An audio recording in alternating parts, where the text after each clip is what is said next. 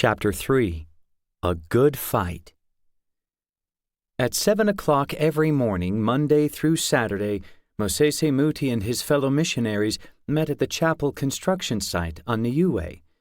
Elder Archie Cottle, a building supervisor from Ogden, Utah, had come to the island in March 1957 with his family and 2 more Tongan missionaries to begin construction on the new meeting house and mission home. Now, Niue's first permanent Latter-day Saint chapel was finally taking shape beneath a scattering of palm trees. Mosese enjoyed his work on the island. He and another Tongan missionary were doing the masonry on the exterior walls of the chapel. The missionaries found that getting local men to help with the project could be challenging, especially since the men had other difficult labor to do on the island. But a dedicated group of older women regularly volunteered to help by hauling sand or assisting with other tasks at the construction site. District President Chuck Woodworth grumbled privately about not making faster progress on the chapel, and Mosese couldn't blame him. Chuck had not been called as a labor missionary, but the lack of volunteer laborers on Niue meant he had to devote more time to construction and less time to the spiritual well-being of the saints in the district. Mosese always urged Chuck to be patient. "These are fine people," he once reminded the young man. "They are children of the Lord. I find no fault in them. Let's look for their strengths and concentrate on their strengths." Besides, building a chapel was no easy feat for unskilled workers.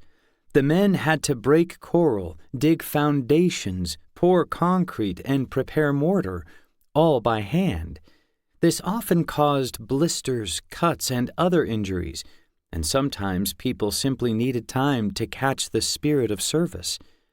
To illustrate this point, Mosese told Chuck about his experience building Liahona College as a labor missionary. 5 of us had started the Liahona and worked for over a year before anyone helped out, he said. When we were building it, we did so with our eyes on the future generations. Mosese was also patient with Chuck. He and Salavia spent many nights talking and counseling with the missionary, and he had become like a son to them. Chuck had even begun calling them Papa and Mama. His own father had walked out on his family, leaving Chuck's mother to raise 6 children alone.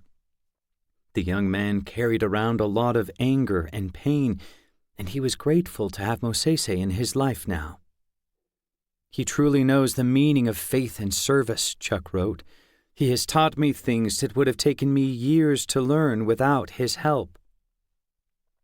Still, from time to time, Chuck longed to serve somewhere else. One day, he learned that Liahona College was starting a boxing team, and he saw an opportunity for change. He had been a professional boxer before his mission.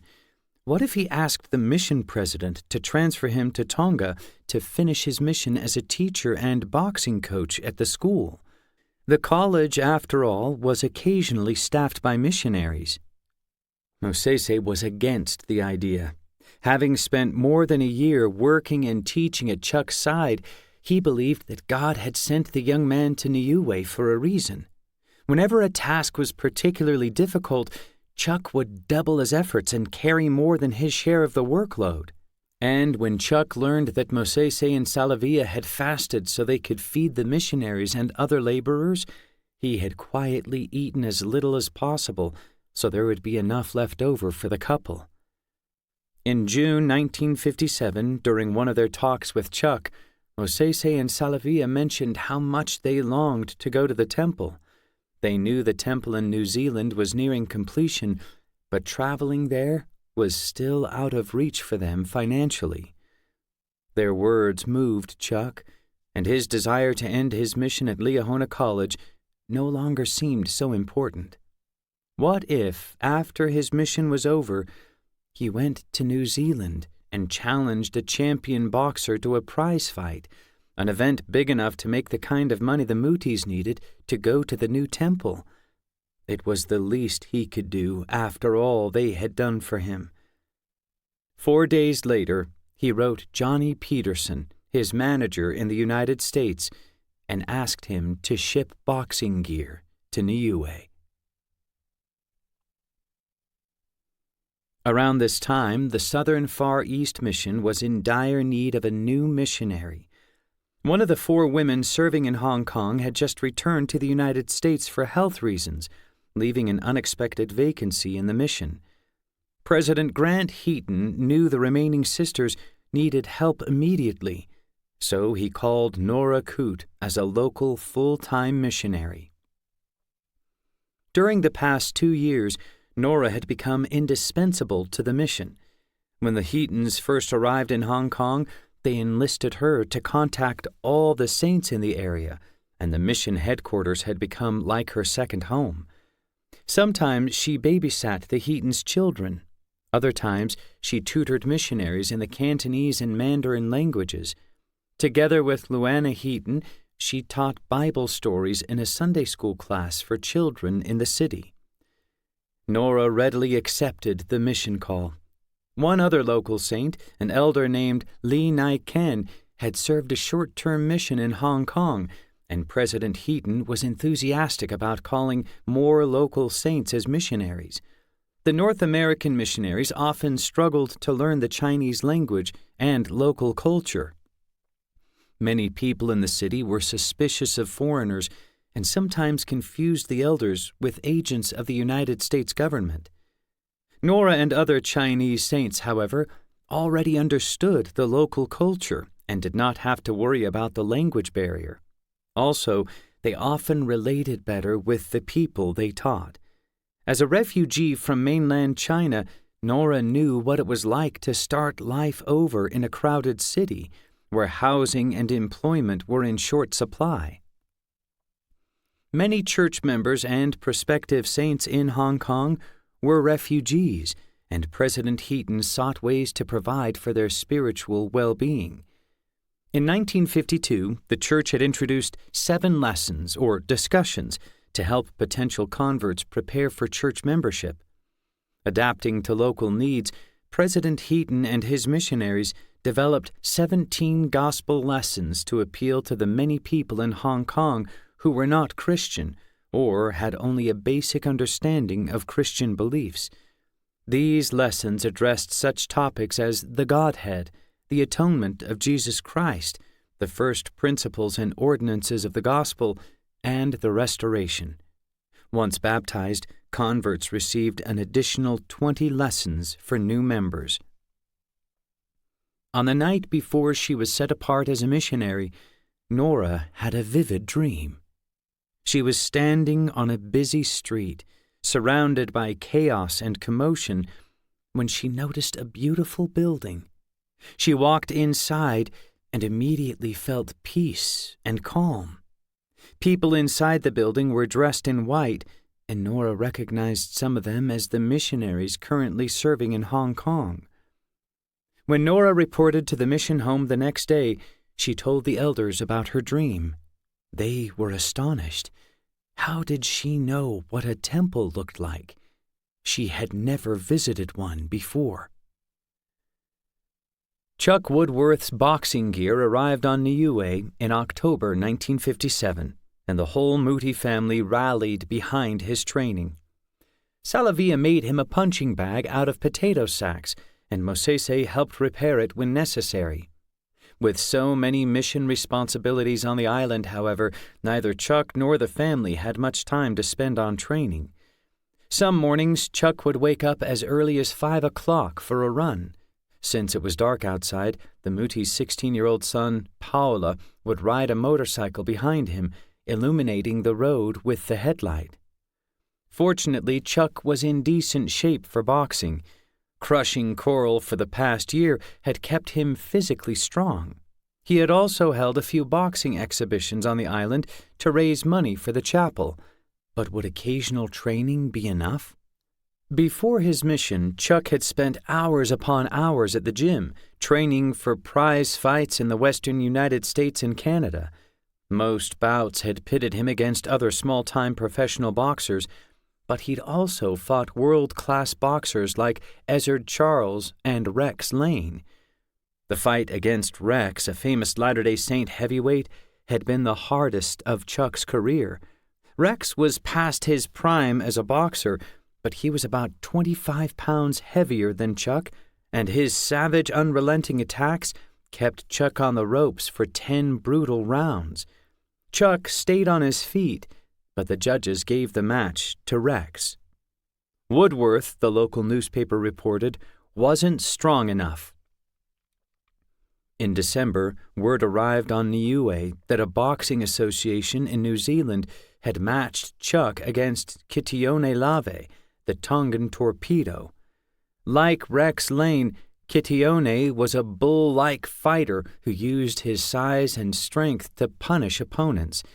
In a fight against one of the top heavyweight boxers in the world, Kitione won in the second round with a knockout punch.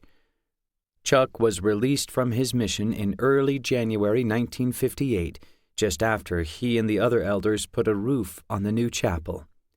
Salavia wrote him a farewell letter, assuring him of her family's love and unfailing support. "My child, try your hardest," she told him. "Do not be discouraged, and you will triumph. When your strength is accompanied with our prayers, there is nothing that will interfere with you. We rely on God to help you." The fight was scheduled for February 27, 1958. All that day, Mosese, Salavia, and their children fasted and prayed for Chuck. When evening came, they gathered at the chapel with dozens of church members and friends to tune in to the fight on the radio. Since the broadcast was in English, Mosese translated it into Niuean. A record crowd of almost 15,000 people had come out to Carlaw Park in Auckland, New Zealand, to witness the event. The odds were against Chuck as he entered the ring. Kitione had a 20-pound advantage on him, and in the days leading up to the fight, Chuck heard that Kitione had called him a sparrow who wouldn't last a single round against him. As soon as the bell rang, Kitione rushed at Chuck. "It's going to be a massacre," someone groaned from the crowd. Chuck dodged the charge and jabbed at Kitione without effect.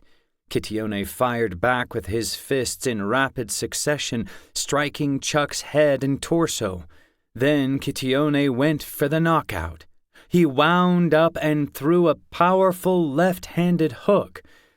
Chuck took a step back, and Kitione's glove slammed into his chin. The force of the blow threw Chuck onto the ropes, and for a moment, everything around him seemed to fade.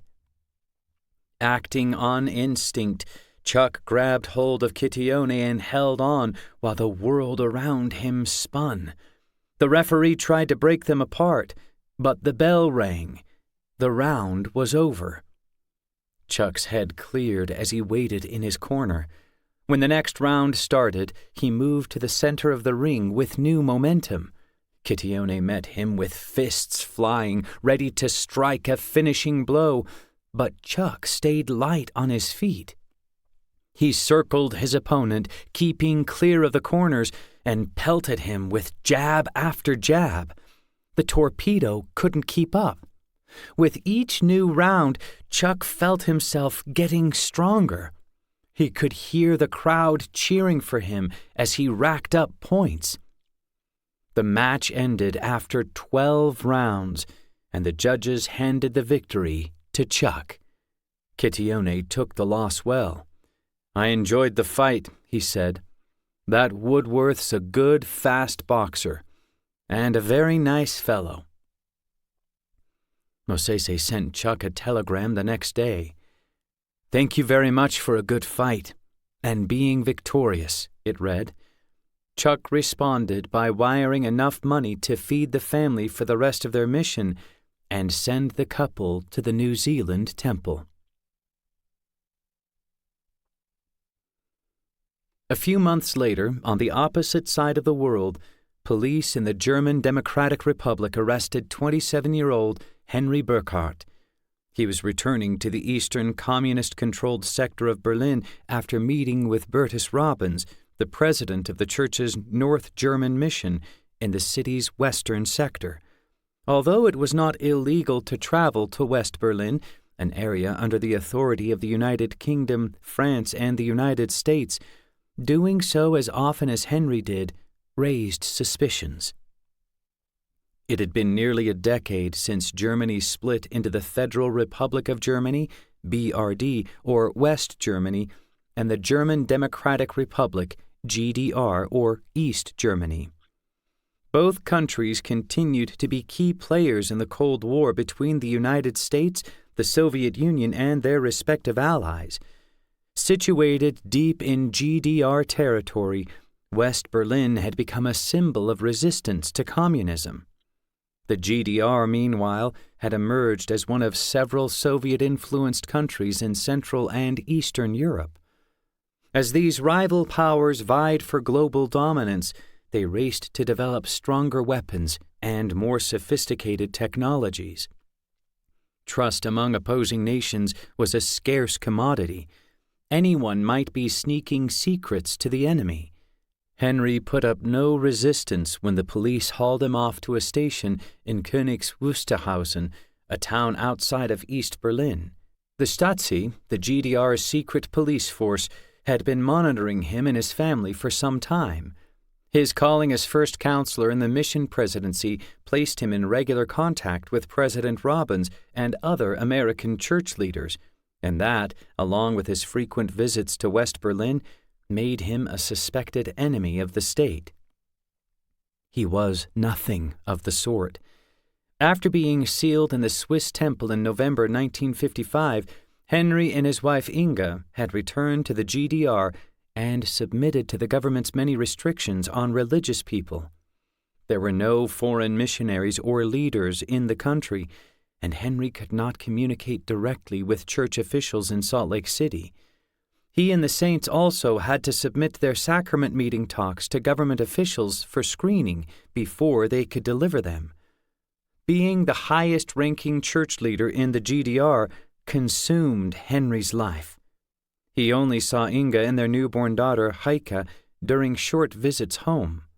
Otherwise, he was traveling throughout the mission, attending to the 5,000 saints spread out in 45 branches across the country. Whenever a church member denounced the government, encouraged someone to emigrate to the United States, or failed to pay a debt, Henry was implicated. 2 years earlier, when police had tried to stop local missionaries from visiting another church member, he submitted a formal complaint to the government, asserting the missionaries' rights and asking for better cooperation from the police. He was deliberately polite and diplomatic with government officials, and that usually worked in his favor. At the police station in Königs Wusterhausen, Henry spent the night under interrogation. In his car were a few gifts from President Robbins and materials for the church's East German office. When the police saw these items, they accused Henry of violating the GDR's ban on its citizens receiving donations from foreign organizations. He had committed, in their words, a violation of economic regulations. Henry had never heard of the ban before. He told his interrogators that he traveled to West Berlin every month. The only purpose of my meeting with Mr. Robbins, he explained, was to discuss with him religious activities as well as related financial matters. The gifts from the mission president were not out of the ordinary either. I have received presents in this form, or in the form of medicine, at each of our monthly meetings, Henry reported. We also receive packages in the mail sent to our office in Dresden and from abroad. The police confiscated the gifts, searched Henry's briefcases, and rifled through some of the mission reports he had brought with him. Finding nothing suspicious, they ordered Henry to read, approve, and sign an official report of his meeting with President Robbins. By that time, it was well past 4 o'clock in the morning. They finally released him from custody later that day. Henry's arrest could have turned out much worse. When police caught an East German missionary with a copy of Der Stern, the church's German-language magazine, they had imprisoned him for 9 months. Henry and others had tried to help the elder keep his courage up, but there was little they could do. He had confessed to having the magazine, and government officials, at least in this case, were unbending. Such run-ins with the police were changing Henry. He no longer had any fear when dealing with the authorities, especially when he or the saints had done nothing wrong. Every day involved taking risks for the gospel, and it was becoming normal. He'd gotten used to feeling like he was already standing with one foot in jail. On the morning of April 12, 1958, Mosese and Salavia Muti caught their first glimpse of the New Zealand temple. It stood on the crest of a grassy hill overlooking a sprawling river valley 75 miles south of Auckland. Its design was simple and modern, like the Swiss temple.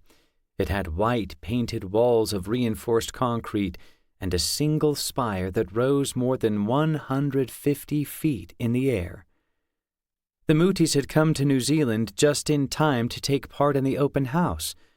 Thousands upon thousands of people from all over New Zealand, Australia, and the islands of the Pacific were eager to see the temple, so Mosese and Salavia had to wait an hour and a half before they could take the tour. Once inside, they could admire the beauty of the temple and appreciate the tremendous sacrifice of the local saints. Like the chapel in Niue and a growing number of church buildings throughout Oceania, the temple had been built largely by labor missionaries. These workers had moved there with their families to build not just the temple, but also the adjacent campus of the Church College of New Zealand, a new church-run high school. The day after their tour of the temple, Mosese was invited to speak at a sacrament meeting of Tongan saints in the area. As he approached the stand, he thought about the promise George Albert Smith had made him 20 years earlier, when he said that Mosese would attend the temple at no cost of his own. Mosese had not told Chuck Woodworth about this promise. When the young man paid for the Mutis' trip to the temple, he had unknowingly fulfilled prophecy. "I am a person who testifies of the words the latter-day prophet has spoken," Mosese told the congregation. "I know that George Albert Smith is a true prophet of God, for my wife and I have become testaments of his words." He then spoke of Chuck's sacrifice for the Muti family. "We are here this night because of a man's undying love," he testified. "We will never forget it in our lives, no matter what happens." 1 week later, President David O. McKay came to New Zealand and dedicated the temple. The building fulfilled a prophecy he had made almost 40 years earlier when he visited New Zealand on his first apostolic mission around the world. At that time, he told a group of Maori saints that they would one day have a temple. His interpreter during the talk had been Stuart Mea, who had now just finished translating the endowment into Maori. As President McKay offered the dedicatory prayer for the temple, he paid tribute to the labor missionaries and other saints who had consecrated their all to construct the temple and other church buildings. "May each contributor be comforted in spirit and prospered many-fold," he prayed. "May they be assured that they have the gratitude of thousands, perhaps millions, on the other side, for whom the prison doors may now be opened and deliverance proclaimed." Mosese and Salavia were endowed and sealed for time and eternity a few days later. While in the temple, Mosese felt the glorious presence of God. "How can I not love my Father in heaven and his Son, Jesus Christ, with everything I have got, when I know they were there for me in the temple?" he said afterward. The experience gave him a new perspective on God's eternal plan. All the things I have done and do in the church are all pointing to the temple, he realized. It is the only holy place where a family organization can be united and remain intact forever.